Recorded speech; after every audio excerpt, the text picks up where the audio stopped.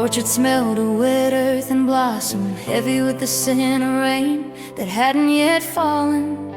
I walked between the rows of apple trees, boots sinking slightly into the damp soil, feeling the weight of every whisper that had reached my ears this week.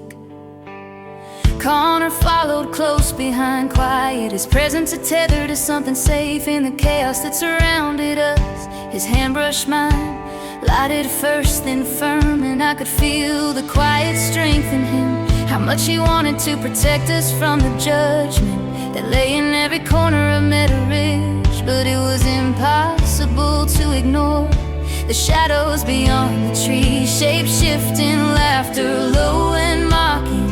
The O'Neill boys were there somewhere, always watching, always waiting for the moment we faltered.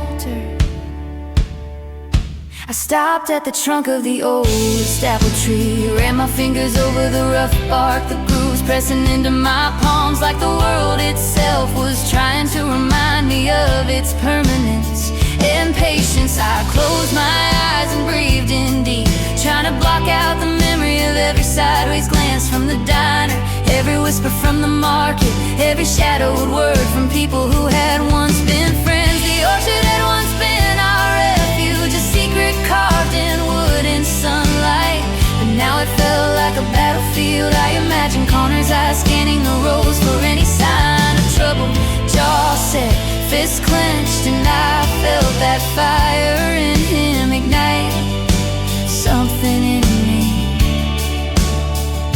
We walked on in silence, only the crunch of damp leaves beneath our boots breaking the quiet. My heart raced not from fear, but from the knowledge that every step we took together was a defiance of a world that wanted to pull us apart.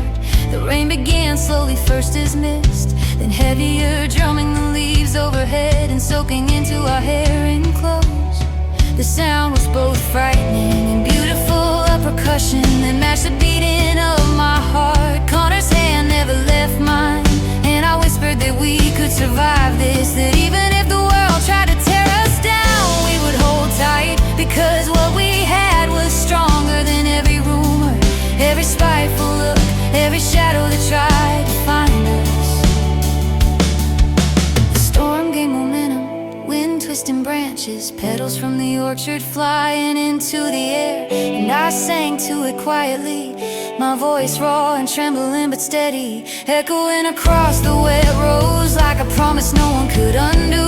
I let every word, every note carry all my fear and hope, every ounce of stubborn love I had built with him over the past months. And as lightning split the sky and the thunder rolled low through the hills, I knew in my chest that this storm, no matter how fierce, was ours to endure. Every drop of rain washing over the orchard was a cleansing and a warning, a reminder that even in a world full of eyes and whispers, we could stand tall.